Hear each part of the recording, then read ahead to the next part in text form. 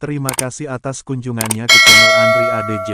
Sebelumnya saya mohon maaf, apabila ada ketidakcocokan atau kesalahan dalam versi cerita, kisah atau silsilah ini. Apabila ada yang tidak berkenan, silahkan tinggalkan pesan di kolom komentar, dan jangan lupa subscribe, like dan hitamkan tombol loncengnya. Terima kasih, silahkan menyimak video selanjutnya. Hampir semua penduduk Pulau Jawa, dan bahkan masyarakat Indonesia pada umumnya percaya jika Laut Kidul, pantai selatan, dari dulu hingga saat ini dikuasai oleh sesosok makhluk gaib bergelar Kanjeng Ratu Kidul atau Nyi Roro Kidul.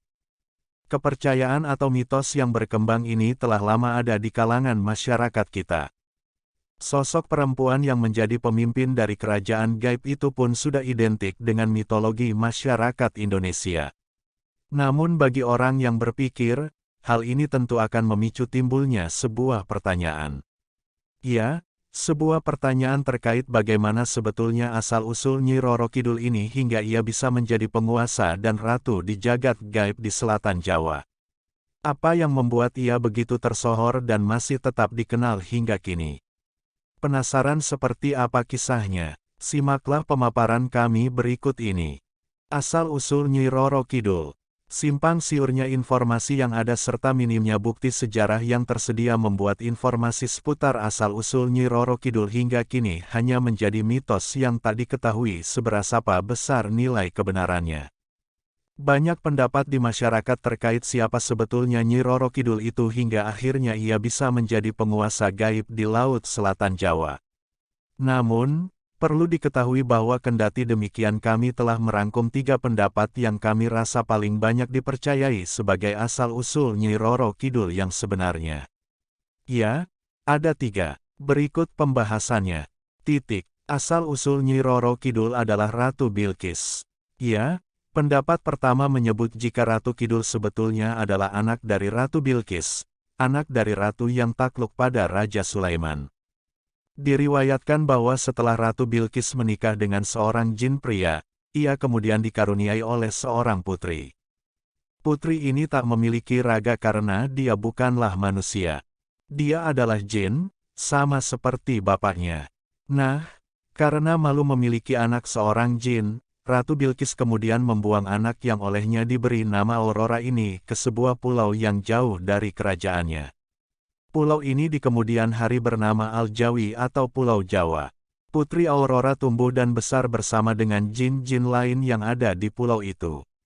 Darah biru yang mengalir di tubuh putri ini kemudian membuatnya menjadi seorang pemimpin bagi kerajaan jin komunitas itu. Seiring berjalannya waktu, karena terjadinya migrasi besar-besaran orang-orang Yunan China ke Indonesia dan menempati Pulau Jawa, Putri Aurora dan para pengikutnya kemudian terusik. Mereka pindah mengalah karena tak mau terlalu dekat dengan hiruk-pikuk dan keramaian manusia. Mereka pindah ke sebelah-sebelah selatan Jawa, tepat di pesisir pantai Laut Selatan. Beratus-ratus tahun Putri Aurora dan pengikutnya membangun kerajaan, akhirnya ia pun kemudian mencapai masa kejayaan. Banyak sekali kerajaan-kerajaan jin kecil di sekitaran Jawa yang takluk dan mengaku bergabung dengan kerajaan Laut Kidul. Lambat laun, ketenaran kerajaan yang dipimpin Putri Aurora kemudian berkembang dan menyebar ke seluruh penjuru negeri. Masyarakat Jawa kala itu yang tak terlalu fasih menyebut kata Aurora kemudian mengubah nama sang putri menjadi Roro. Putri Roro dipanggil Nyi Roro. Nah, karena ia menjadi penguasa jin di pantai selatan, maka nama Nyi Roro kemudian diberi tambahan Kidul. Kidul sama dengan selatan, maka nama lengkapnya menjadi Nyi Roro Kidul. 2. Asal-usul Nyi Roro Kidul adalah Dewi Nawangwulan. Pendapat kedua menyebut jika asal-usul Nyi Roro Kidul adalah Dewi Nawangwulan. Dewi yang merupakan istri dari Jaka Tarub. Jika Anda pernah mendengar kisah Jaka Tarub, tentu Anda sudah sedikit banyak tahu tentang nama Dewi Nawangwulan. Ya, Dewi yang selendangnya dicuri dan tak bisa kembali ke kerajaan langit ini dipercaya sebagai asal-usul Nyi Roro Kidul. Ia dikutuk oleh kerajaan langit karena sudah berani-beraninya menikah dengan manusia, Jaka Tarub, di mana hal ini sangat haram hukumnya. Ia dikutuk menjadi sebangsa jin dan diperintahkan untuk menjaga Pulau Jawa agar tidak tenggelam karena keganasan Samudera Hindia. Asal-usul Nyi Roro Kidul adalah Raja Jin, menurut agama Islam. Menurut agama Islam, asal-usul Nyi Roro Kidul bukanlah hal spesial yang perlu diperbincangkan. Berdasarkan keterangan Al-Quran dan Al-Hadis, fenomena Nyi Roro Kidul adalah hal yang lumrah terjadi di dunia jin. Nyi Roro Kidul sendiri dianggap sebagai penjelmaan dari pimpinan kerajaan jin di pesisir Laut Selatan Jawa, sebagaimana dijelaskan dalam hadis berikut ini. Dan sesungguhnya kami telah ciptakan manusia, Adam, dari tanah liat kering yang berasal dari lumpur hitam yang diberi bentuk. Dan kami telah ciptakan jin sebelum Adam, dari api yang sangat panas. Al-Quran Surat Al-Hijr ayat 27. Dari ayat tersebut dapat kita ambil kesimpulan bahwa selain menciptakan manusia, Allah juga menciptakan golongan jin dan membiarkan mereka untuk hidup di dunia meski dalam dimensi yang berbeda dengan kita. Jika dihubungkan dengan keberadaan Nyi Roro Kidul, ayat tersebut menjelaskan bahwa Nyi Roro Kidul menurut Islam dianggap sebagai perwujudan Raja Jin yang menghuni lautan. Dalam beberapa ayat lain dijelaskan bahwa manusia merupakan makhluk yang derajatnya lebih mulia dibandingkan jin. Jin bahkan sempat diminta bersujud pada manusia untuk menghormati kemuliaannya.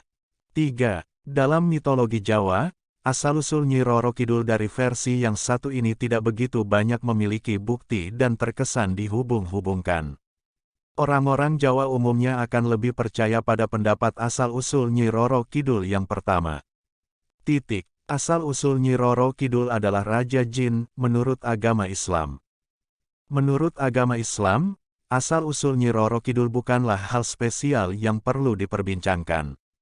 Berdasarkan keterangan Al-Quran dan Al-Hadis, fenomena Nyi Roro Kidul adalah hal yang lumrah terjadi di dunia jin. Nyi Roro Kidul sendiri dianggap sebagai penjelmaan dari pimpinan kerajaan jin di pesisir Laut Selatan Jawa, sebagaimana dijelaskan dalam hadis berikut ini. Dan sesungguhnya kami telah ciptakan manusia, Adam, dari tanah liat kering yang berasal dari lumpur hitam yang diberi bentuk. Dan kami telah ciptakan jin sebelum Adam, dari api yang sangat panas. Al-Quran Surat Al-Hijr ayat 27. Dari ayat tersebut dapat kita ambil kesimpulan bahwa selain menciptakan manusia, Allah juga menciptakan golongan jin dan membiarkan mereka untuk hidup di dunia meski dalam dimensi yang berbeda dengan kita. Jika dihubungkan dengan keberadaan Nyi Roro Kidul, ayat tersebut menjelaskan bahwa Nyi Roro Kidul menurut Islam dianggap sebagai perwujudan Raja Jin yang menghuni lautan. Dalam beberapa ayat lain dijelaskan bahwa manusia merupakan makhluk yang derajatnya lebih mulia dibandingkan jin. Jin bahkan sempat diminta bersujud pada manusia untuk menghormati kemuliaannya. Dari hadis tersebut, kita dapat menarik kesimpulan bahwa asal-usul Nyi Roro Kidul dan berbagai kepercayaan lain seputar hal ini janganlah terlalu diambil pusing. Jangan kita terjebak oleh berbagai bentuk perangkap yang sengaja dibuat setan untuk mengelabuhi manusia. Cukup berserah diri pada Allah SWT untuk mencapai keselamatan dunia akhirat. Demikianlah 3 pendapat tentang asal-usul Nyi Roro Kidul. Semoga bisa menjadi tambahan informasi bagi Anda. Semoga manfaat. Salam. Sahabat Islami, mungkin Anda tahu tentang kisah Nyi Roro Kidul yang biasa dibicarakan masyarakat banyak. Percaya atau tidak, banyak kalangan mempercayai adanya istana laut pantai selatan yang merupakan kerajaan gaib Ratu Kidul atau sering dipanggil Nyai Roro Kidul. Memang sangatlah kerap jadi pertanyaan yang sering dilontarkan masyarakat kita tentang akan hal ini. Tak hanya masyarakat Yogyakarta, pihak keraton pun disebut-sebut menjalin hubungan dengan penguasa pantai selatan untuk melenggengkan kekuasaan sejak berdirinya Keraton Mataram. Ada hubungan antara Keraton Jogja dan Kerajaan Gaib Ratu Kidul sebagai penguasa Samudera Hindia. Nah, itu sebabnya setiap 1 tahun sekali pasti ada tradisi upacara larung sesaji sebagai bentuk penghormatan kepada sang penjaga samudera. Mistis sekali bukan? Meski terkesan angker, wingit dan misterius, tapi sebetulnya Yogyakarta sangat menarik. Tradisi dan budaya leluhur yang masih dijunjung tinggi justru menjadi daya tarik turis asing untuk mengagendakan wisata dan liburan di kota gudeg. Dalam sebuah tayangan acara televisi Dua Dunia Trans 7, diungkapkan penampakan gerbang istana kerajaan gaib laut pantai selatan. Bentuknya megah, menjulang tinggi, yang bertahtakan emas dan intan. Bayangkan bila istana kepresidenan di Jakarta bentuknya megah yang dibuat dari emas dan intan.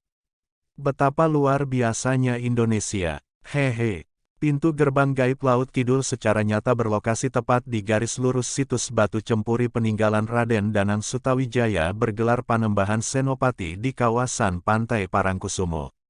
Sebuah kawasan objek wisata yang belakangan dikenal dengan prostitusinya.